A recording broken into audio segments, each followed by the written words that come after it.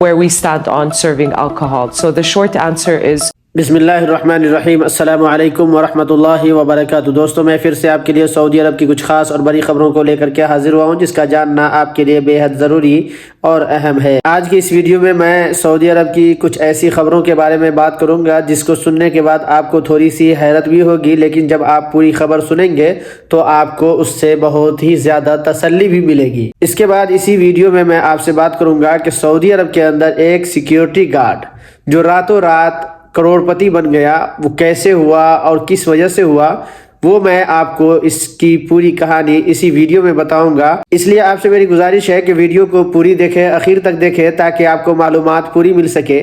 اگر آپ ہمارے ویڈیو کو دیکھتے ہیں اور دیکھتے ہی ہیں تو آپ سے میری گزارش ہے کہ پلیز آپ لائک کر دیں، کمنٹ کر کے اپنی رائے کا اظہار کریں، اور اگر آپ ہمارے چینل پر نئے ہیں، آپ نے اگر ہمارے چینل کو سبسکرائب نہیں کیا ہے تو آپ سے میری گزارش ہے کہ چینل کو سبسکرائب کر لیں، بیل آئیکن کو پریس کر کے آل پر کلک کر دیں تاکہ آپ کے پاس ہماری ہر آنے والی نئی ویڈیو کا نوٹیفیکیشن مل سکے۔ آج کی اس ویڈیو میں بات کر لوں سعودی عرب کے اندر سعودی حکومت کی طرف سے شراب کی اجازت دے دی گئی ہے یا نہیں۔ سعودی حکومت کی طرف سے ٹورسٹ کو اٹریکٹیو کرنے کے لیے شراب کی اجازت دی گئی ہے یا نہیں دی گئی ہے، اس پر میں آپ سے بات کروں گا، اسی پر آپ سے چرچا کروں گا۔ تو دیکھیے، اس پر ایک میٹنگ کے اندر پرنسس حائفہ بنت محمد سے ایک سوال کیا گیا تھا، کیا سعودی عرب کے اندر وزیٹر کو، ٹورسٹ کو اٹریکٹیو کرنے کے لیے شراب پینے کی اجازت دی گئی ہے یا نہیں۔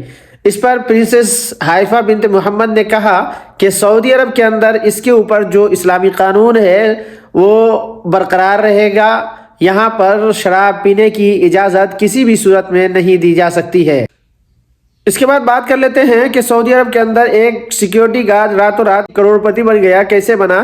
سب سے پہلے آپ ایک ویڈیو کلپ دیکھ لیجئے، اس کے بعد میں مزید بات کرتا ہوں۔ اقف عند باب المول وينادي الحارس تعال، يكشر له بيده، يسأل عن أرض كبيرة جدا وأمام مول تجاري وعلى الشارع، وجد الوليد وجا لمه وقال هذا الشيك ب5 ملايين ريال سعي لك۔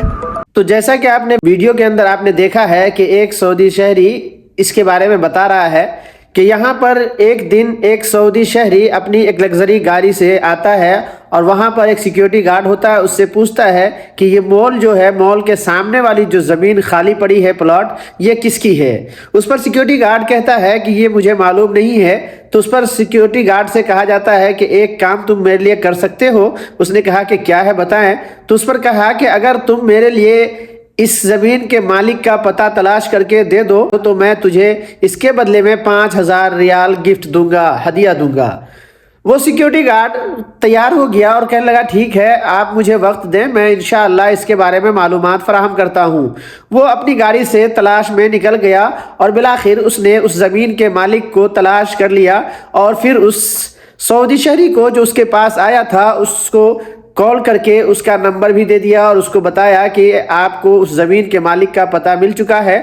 بالآخر اس نے اس سے کانٹیکٹ کر کے وہ زمین اس سے ڈیل کر لی اور خرید لی۔ پھر کچھ دن کے بعد وہ سعودی شہری جو اس کے پاس ایک دن آیا تھا اور 5000 کی ڈیل کر کے گیا تھا کہ تم میرے لیے اس کا ایڈریس تلاش کر کے دے دو تو میں تجھے 5000 ریال دوں گا۔